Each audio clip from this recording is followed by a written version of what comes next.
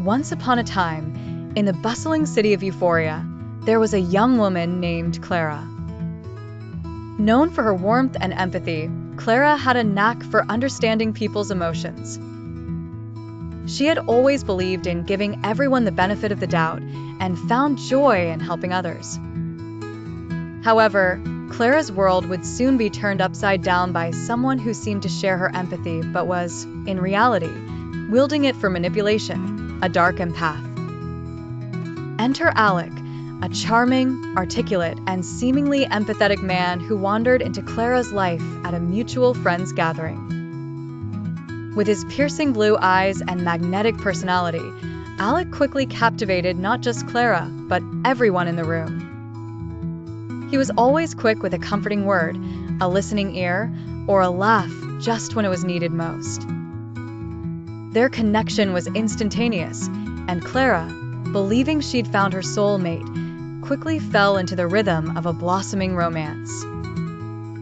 However, beneath Alec's charismatic facade lay a propensity for manipulation, a hallmark of a dark empath. While Alec exhibited qualities of understanding and sensitivity, it became apparent to Clara over time that these traits were tools for gaining trust and control over her. The first sign of trouble appeared subtly, like the first crack in a polished mirror.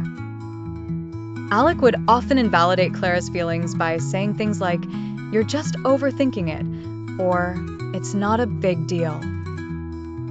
It seemed innocent at first, a figure of speech, but slowly, Clara realized she was beginning to doubt her own feelings. The second sign came disguised as over-attentiveness. Alec would shower Clara with gifts, affection, and praise to the point where she felt overwhelmed. It seemed loving but was actually calculated, designed to make Clara feel indebted and guilty for ever feeling unhappy. The third sign was Alec's ability to twist any disagreement so cunningly that Clara often ended up apologizing.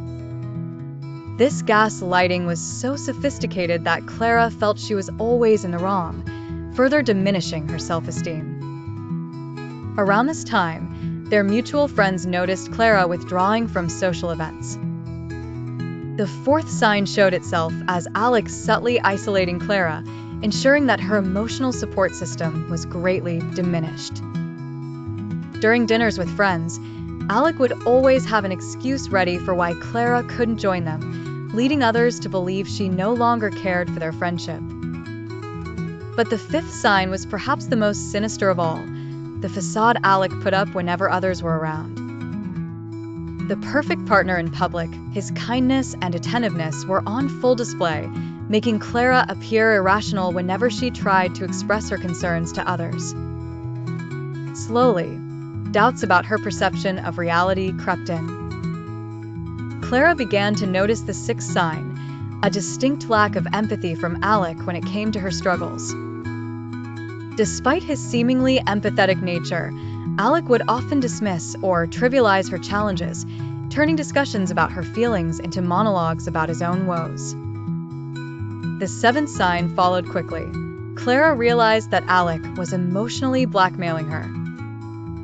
He would employ guilt or victimhood to elicit sympathy, drawing attention away from Clara's needs and centering the discourse around his own emotional state.